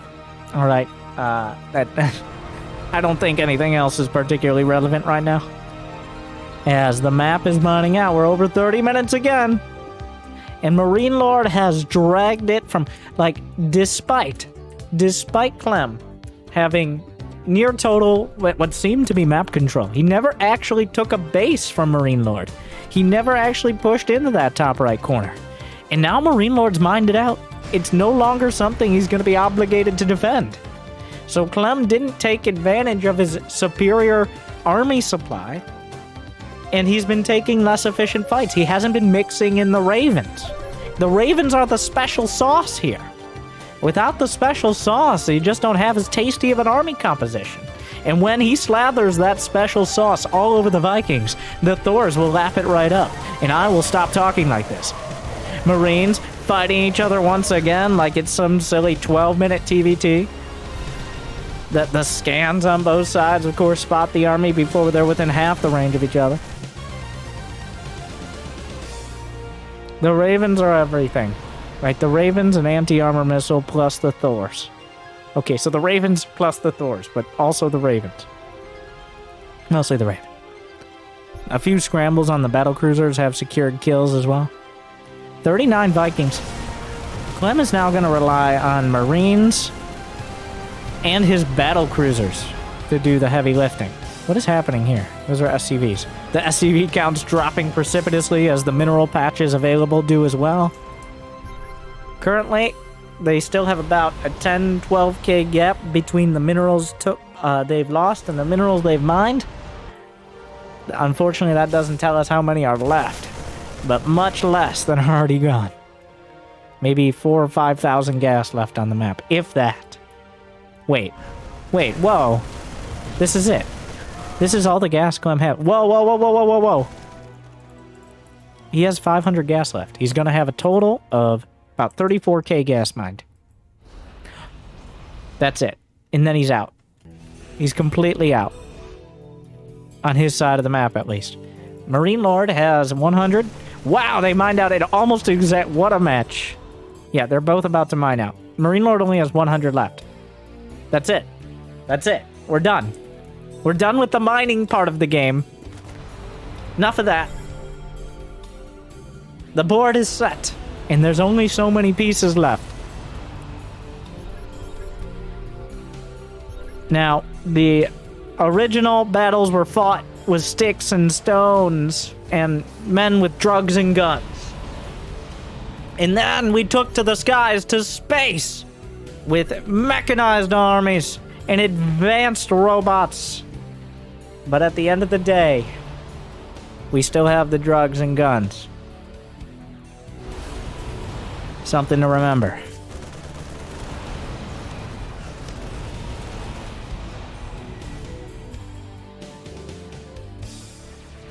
There's not that many minerals left either.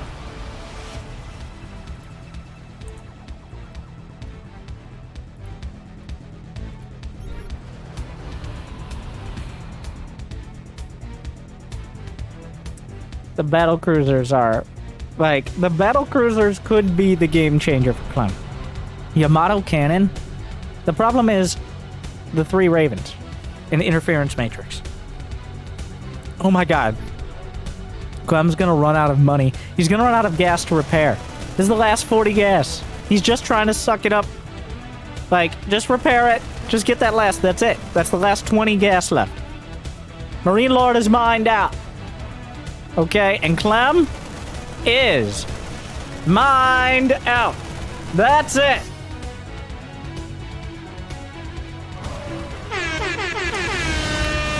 We are now mined out of gas.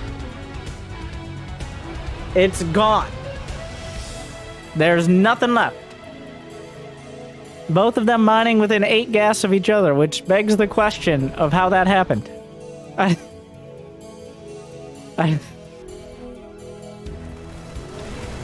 Maybe someone didn't return all their gas and died with it in their hand. And if that makes the difference, maybe somebody sent one of the SCVs from gas to its death. And that 8 gas... I don't think so, but...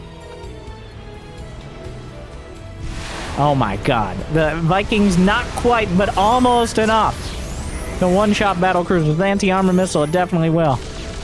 Clem with a worse anti-armor missile, just straight up. Oh my god, the Dorito dusting! The entire army in full retreat! Now is the time he will stand and fight anti-armor missile! Could make all the difference! Wait a second, the Marines are turning the tides! He scrambled a Thor! Whoa, whoa, whoa! Marines! Marines! Like we all said. The men. Okay. So, this is an incredibly awkward scenario. The Thors did an insane amount of damage to the Vikings. He can't repair them. Those Vikings are now permanently damaged. There is nothing left to repair. He has no gas.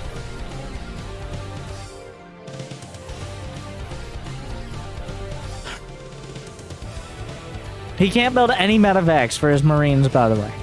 In case that becomes relevant. MarineLord has 100 gas in the bank. That's it. Oh my god.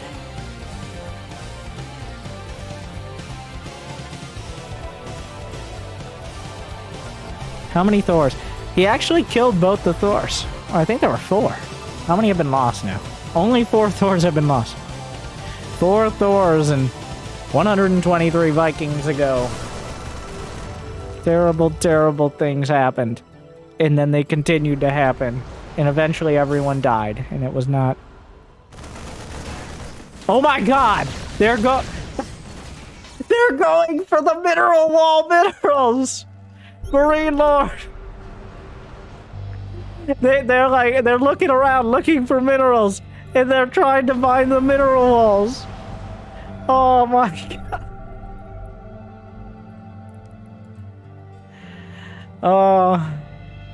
Only 10 minerals, but 10 is more than 0.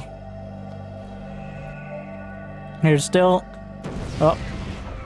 They're both down to barely more than the SCV count they started with. Clem has 97 Marines, whereas MarineLord has a nice number himself. 103. Wow, it's going to end with Mass Marine. That's how this ends. We're just going to line up. We're going to line up. Open field, and just start shooting at each other. I doubt that's how it'll go down. But, yeah, that is the last Raven, by the way. That is the every unit that costs gas, that's the last one. MarineLord invests 100 out of his last 110 gas in a medevac. That medevac is going to be overworked and underpaid. I know. God. Oh, big job, huh? Wow. Over 100 Marines. Madness. Massacre. Alright. Do we fight a planetary? There's a tank. There are 2 tanks here. Oh, here we go! It's happening! Anti-armor missile! The Raven! Turning the tide all the way and flooding Clem! Oh! Devastating! The last Raven with anti-armor missile across the entire army! A devastating, deadly, and a completely predictable outcome. MarineLord with a decisive victory! Lording over his Marines. Clem not ready to tap it out yet because there's a very real possibility this still ends in a draw. So, what do I mean? Is if everyone is mined out and there are planetaries left with nothing to outrange them, which is not the least likely scenario, then it could somehow still be a draw. Like, Clem is not actually out of it because how many planetaries? He has 5 planetaries. There's only 1 medevac. But there is a medevac. So, technically MarineLord could try to out-micro, and Clem still can build Marines. The Raven died. in that last fight. Clem cannot repair his planetaries. In fact, he may be supply block kind of soon. Like, it's not over. He can't... Clem, by the way, Clem can no longer win the game. Wait, no, I take it back. Clem is almost out of options to win the game. He has 3 Vikings, which are the only things that can potentially take down lifted buildings. If those Vikings die, Clem can no longer win. He cannot lose, but those Vikings are the only thing left. Those 2 tanks, though, are a huge issue. The 2 tanks will eventually bring down the planetaries. The amount of Marines that have to be sacrificed to kill those tanks is,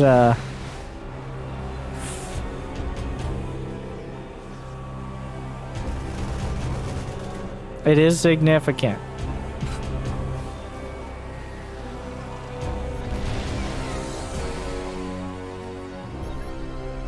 $129. Clem. Unceremoniously, but possibly inevitably, cedes Game 3 to MarineLord. After a short 43 minutes, MarineLord has reached match point.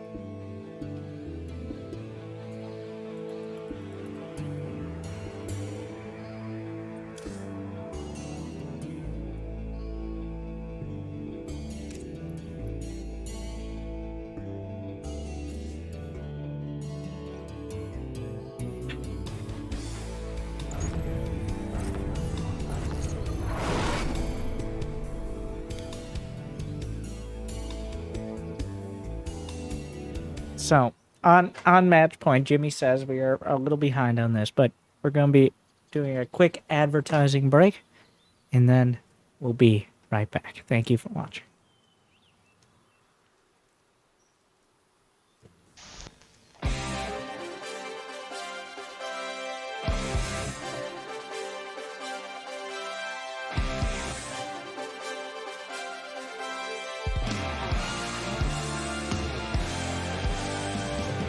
Hey everybody, I'm Winter, and I'm here to talk to you about Overlords.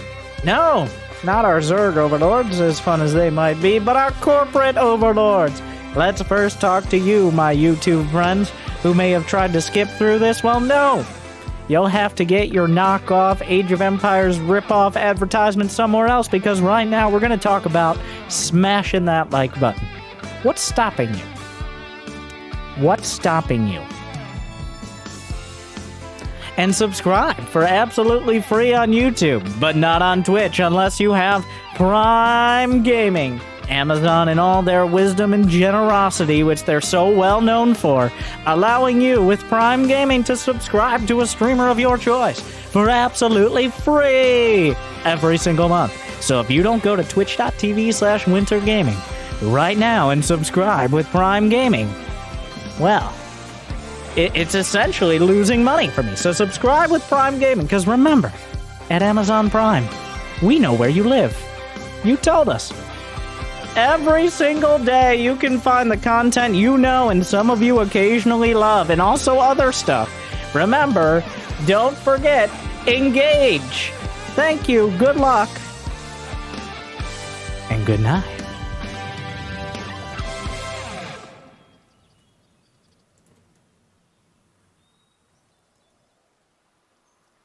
Thank you guys for sticking around. I know ads are loud and annoying, but like this has been quite a dramatic series, so I hope you've enjoyed so far.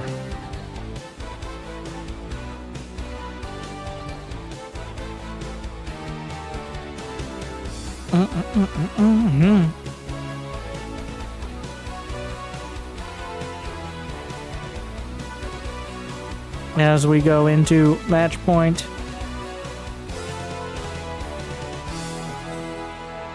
Jimmy, yes, as we go into match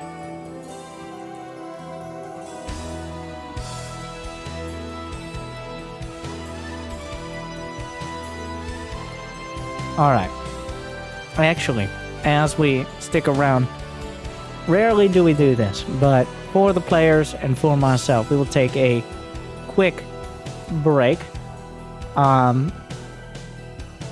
And we will ask the illustrious Twitch chat what their favorite mirror matchup is. And, of course, why.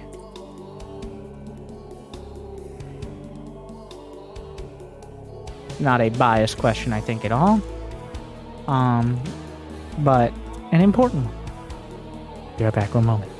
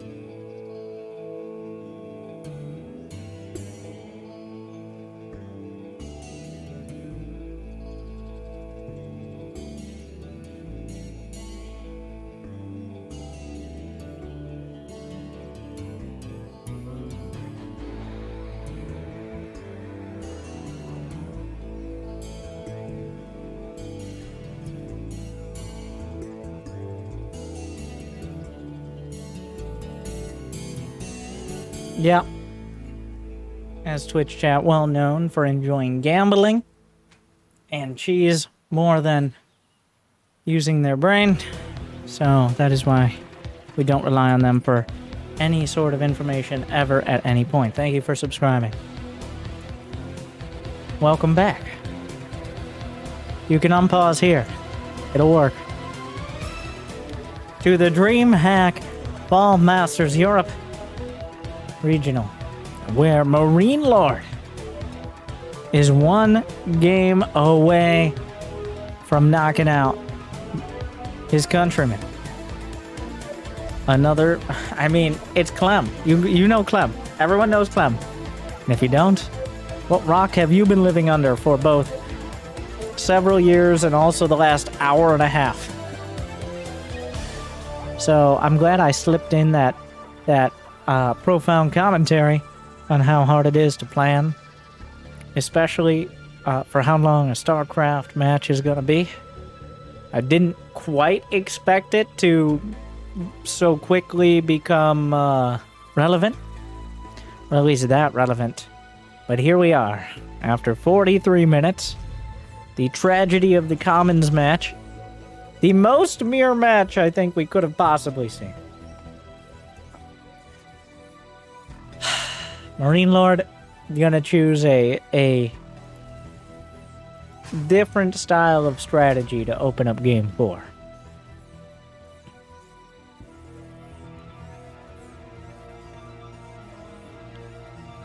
And by that I mean he's proxy rexing. This time he's not gonna get into the main. I don't know, I haven't checked if Clem has been checking the corner of his base, but I think that's one of those strategies you just start checking the corner of your base, like, for the next 20 TVTs you play. And then on the 23rd game is when it's in your base. Aha! Yeah, that's all it takes.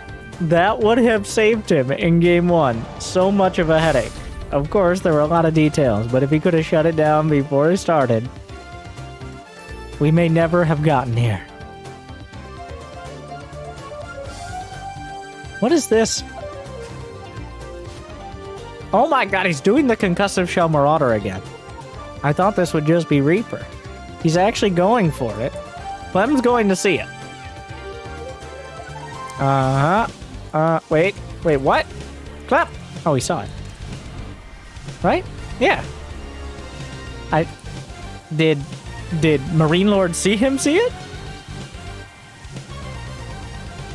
Yes, because ground units have the same vision range. He's gonna have the SCVs to box out.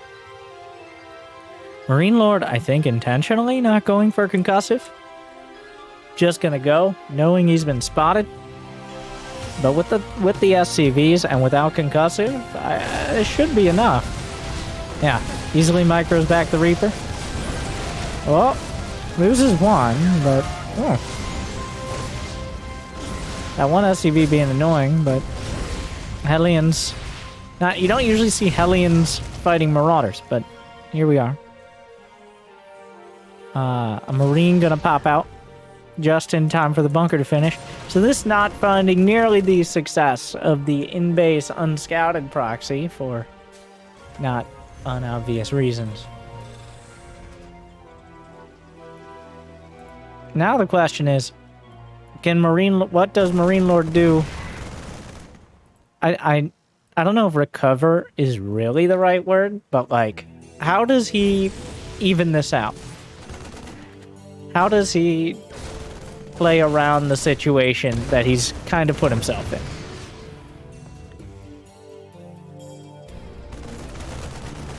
If he could just grab a tech lab real quick. I don't think we're gonna see it this time. Yeah, the barracks will scout. See something building out of a starport without any add-ons, so medevac is not the most unlikely. Liberator, Viking, also options. But now what really can MarineLord do about this? I mean,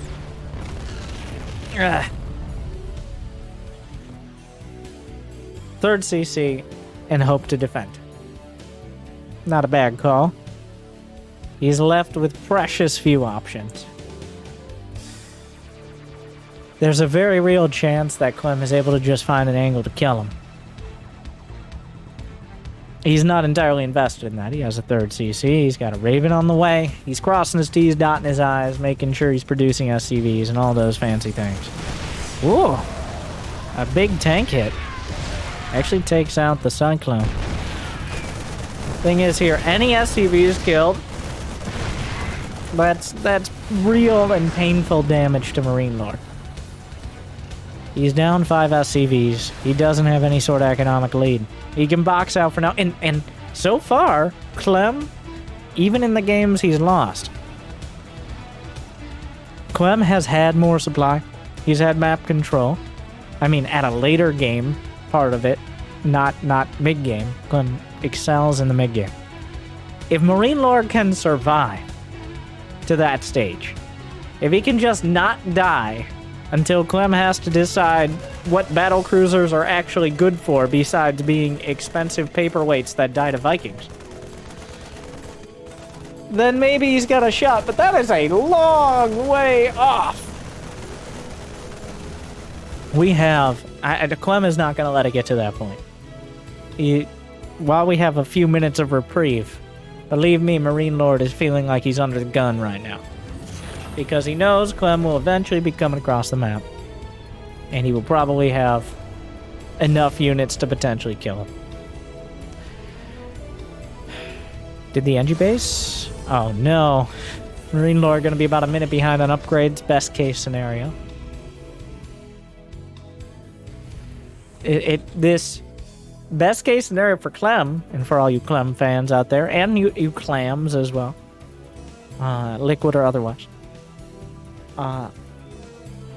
Clem just gets his 5 racks, he gets stim done, 1-1, and he closes it out. Looks like he's not even going to wait for that. He's got 2 Ravens.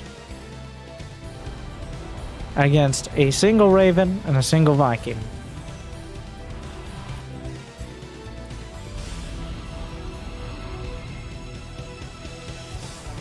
I'm not sure this army's been spotted at all. MarineLord, a little lackluster on the Marine scouting. He does spot it in time, as I say it. He's not going to have... he has 1 more Viking, but 1 less Raven, and those Ravens have a ton of energy. Does he realize that there was a medevac and there's no longer a medevac? I don't think so.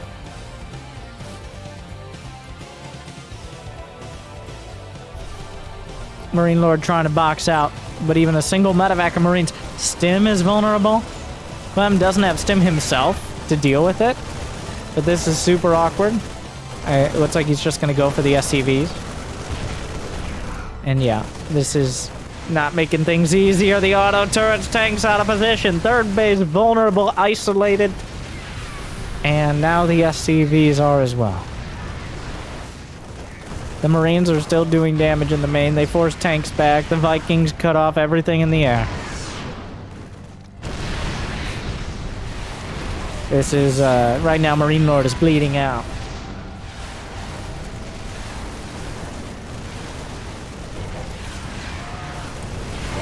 Last stand. Stim done. The tank volley just across the line. Devastating. 11 SCVs. MarineLord, a lot of SCVs just cowering in the... Oh no. Does he know they're still there? Get out, get out, get out, get the Marines are waiting for their I mean, not the Marines. The SCVs will escape. He's still down 20. Imagine if he lost 20 more.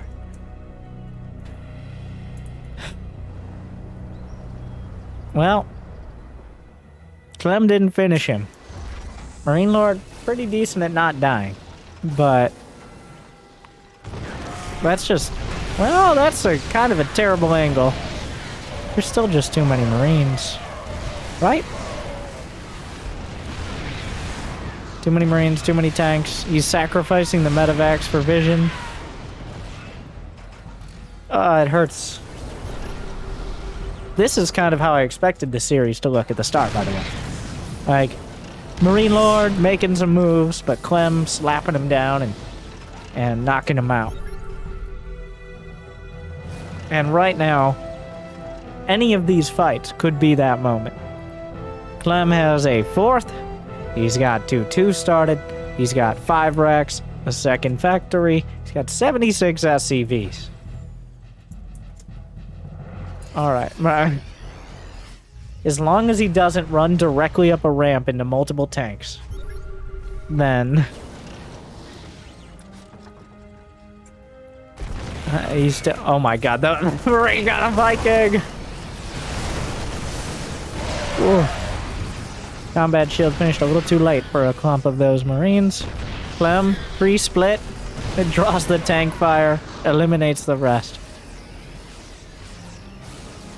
Feels a little like he's playing with his food now. Okay. Alright, Clem, come on. Here I am. GG. And with that, match point.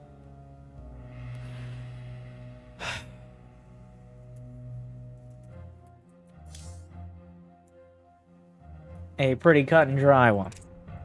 but Beckett Industries for match point. Oh my. Here in my garage, just bought this new Lamborghini here. We'll see how that goes.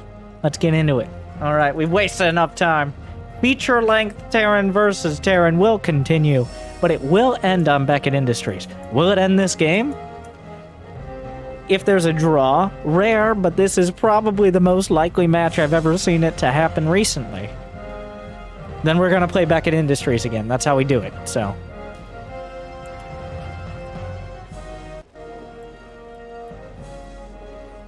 It'll all end here, on the smallest map, the closest rush distance, the least minerals and gas to mine in general. There are only 10 bases. Wait. Okay, wait. All right.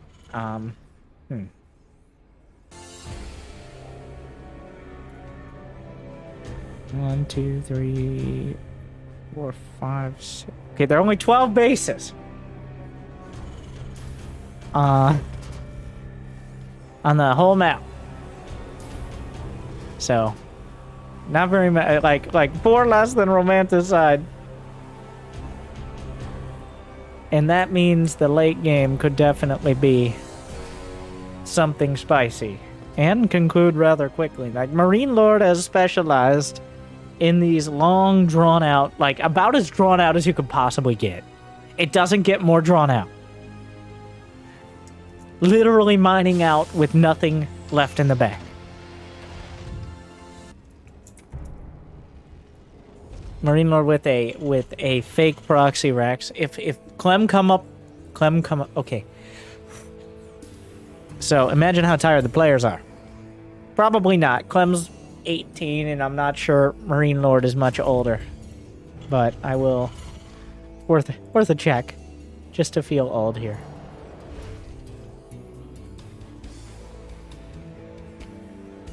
$26. Okay, I feel a little better. Plays a nice slow tactical style as opposed to a speedy micro-oriented aggression. Okay? Act your age, Terrans. That's what I'm trying to say.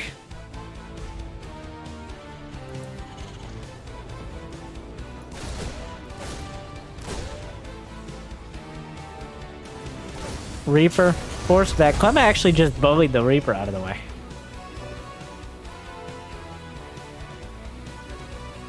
You don't want to go toe-to-toe with Clem Reapers. So far, like, the little mind game, I do like what he's doing with this. Like, I like that he's doing... It's not a huge deal. It's not hurting him at all. In fact, I'm surprised more players don't do this. Just like the little mind games, the tiny ones. Not like hiding a barracks on the other side of the map or hiding a command center, but just like building a little off to the side where people don't usually scam. It costs you nothing, or almost nothing. You don't even really lose travel or production time. But you might gain a significant edge if they go looking for information and just don't find it. Or they find the wrong info. I do like that MarineLord is doing a lot of that.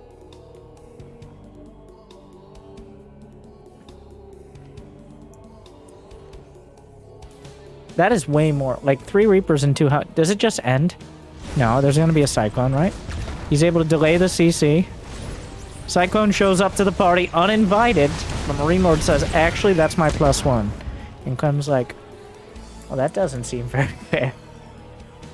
Though, the Cyclone will allow MarineLord to finish up the command center. Clem's already got his at home. And now we find out whether either of these players is bold enough to take a 3rd CC. MarineLord about to slap his down right now.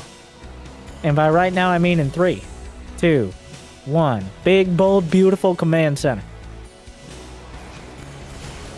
MarineLord. Alright.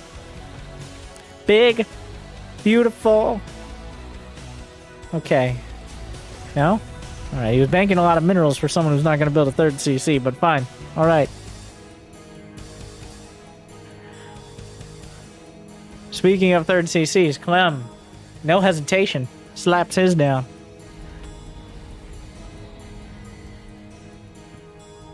He's got the 1-1-1 tank. Raven. He's got one Cyclone. Did he just add a second? No, a tank. Meanwhile, MarineLord. Is that a tech lab? That's a react. Is this Mech? Is that McDonald's I smell? You're gonna go Mech on Beckett? He's got two. Well, I mean, everybody gets the guess down here.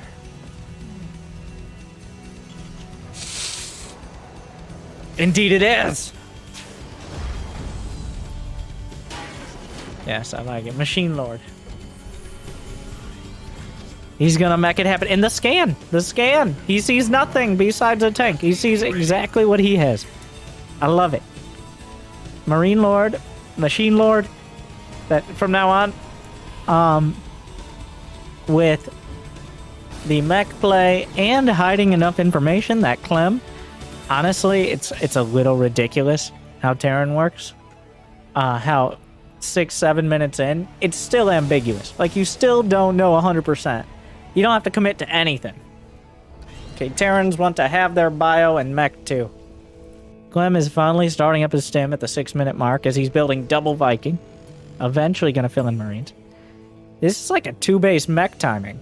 No, he's not even building a third CC. Okay, well, he wasn't building a third... But, by the way, once again, look at this depot placement, my Bronze League heroes. Alright, if you haven't smashed that like button yet, look at that depot placement, my brother. Beautiful. Meanwhile, what? A Reaper in the main. A little distracted. The SCVs will kill it. Citizens arrest. Meanwhile, out on the map, MarineLord was trying to get a hold of the army. Scrambles? No scrambles. Auto turrets. Of the mini turret wars, it looks like inconclusive. Trying to shark around again. There's enough tank. That's 5 tanks. Okay, and that seals the deal for Clem. 2 more tanks just showed up. Where's the Angie base? Clem. 1, and... Well, he's got other problems to deal with. Awkwardly, MarineLord is building an Engie bay quicker. If he goes to bio, I'm gonna get very confused. And intrigued, but mostly confused. It's likely for turrets. Whoa! Clem, where's your army? 1 tank blasted apart. Viking count is not there, though, awkwardly. Whoa, that 1 Marine bravely giving his life. The tank's unsieged. No, that's not how tanks work, though. Clem is... They don't fire faster in the WLO, but they do move faster. Clem gave up multiple tanks and air control there. MarineLord just continuing across the map.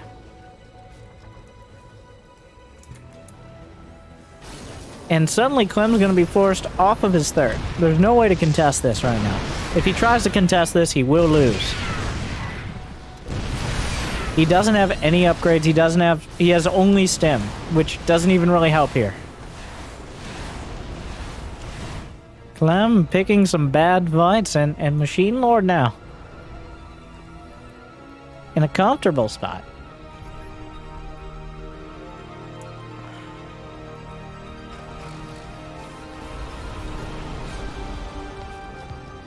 If you're at 120, of course he doesn't know Clem's supply. But the fact that Clem had to retreat his command center is... Oh, nice dodge there over the high ground. They go their separate ways. Angrily. Whoa! We got him! Through the WLA. Clem trying to box out, but he's not... He's gonna struggle to compete for air control. He's building a I think Clem's flailing a bit here. It's been a long series. And he's a high-powered player. Whoa, he's too late on the siege! Huge damage! 2 tanks down, 1 traded. 10 tanks to 2. Upgrade's kind of an afterthought for both sides. The Viking count going back in favor of Clem until MarineLord comes up with 2 more, and wait a second, who's gonna win? Less Vikings or more Vikings? It looks like more Vikings are able to take this one in a massive upset. Enough Marines are sharking around a single tank. Not enough tank, well... Clem trying to intercept. The thing is, unsieged tanks are strong enough to deal with this. The scans across the board, the tanks on the high ground, you can't fight that.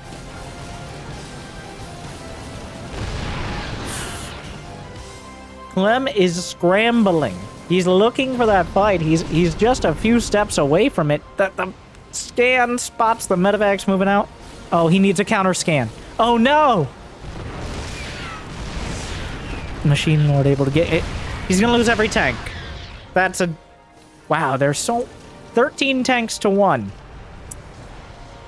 Not an unlucky number here. For MarineLord. That is several more. Where are you going? He doesn't know. He has no idea. Where are you gonna go? There's even a Reaper in there, which is not a good sign. Clem is falling up. It looks very not good for Clem. He's struggling to find places to mine from their tanks on his doorstep and their tanks back at home for his opponent. All right. And suddenly, now it's his SCVs in this tough position. He's going to come in with the medevac drops. This is it. This is the big fight. He's going to drop in, minimize the damage. This is all the tanks. He collapses from all sides. Targets 1, 2, 3, 4, 10 tanks down. And Clem not ready to give it up yet. Suddenly, just like that. Now, he still has a lot of damage control to do. But that's the brittleness of Mech. Incredibly strong when focused the right direction with the right amount of support. But you're a little out of position. Suddenly gets picked apart. And this opens up the map somewhat for Clem, and that might be the space he needed. Oh no! The medevac! It's in trouble! The Vikings actually got a little lazy there. This comes fighting on the other side. Marauders blasted apart. Hellions try to box out. Scouting barracks, I guess, doing its job. That is the third scouting barracks we've seen today. MarineLord still putting it together. 65 to 82. He's just now going for the armories. It's not like Clem has a ton of upgrades. He just finished 1-1. No, my God, the damage. Clem finding a command center. He's doing what he can. But straying even a tiny bit into tank range. Even without those upgrades, half a dozen siege tanks make quick work of anything that starts with M. How many command centers are there just to kill, let alone how many there are total? A couple Hellions making their way by. No upgrades at all right now for MarineLord. Doesn't need them though. The sheer brute force of the Mech army composition. Now, Clem he was backed into a corner. He got pushed back. He had his last comfortably mining orbital was forced to lift. But that's when he's most dangerous. Thing is now, there's still a whole lot of defenses to make your way through. Sensor tower covers almost everything. Hellbat showing up to the party. Oh, that's a little awkward. Armory just now starting for Clem. A scan? Right now, MarineLord looking for an air transition. Vikings, Liberators. He's probably reasonably sure Clem's not on a great economy. But there's the small chance that if he loses air control and Clem is able to get enough Vikings and then use Liberators, maybe battlecruisers, probably not battlecruisers, in order to leverage that, as well as just tanks and bio, that could turn things around. So when you have this many orbitals, this much map control, and this comfortable a position, why not use your built-in map hacks to make sure your opponent has no shenanigans afoot or in the air?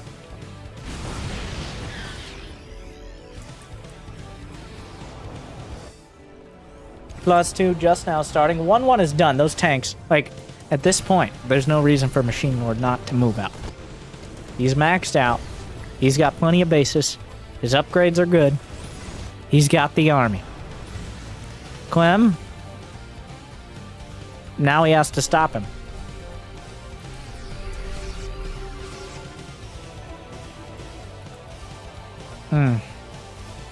Hellions split off.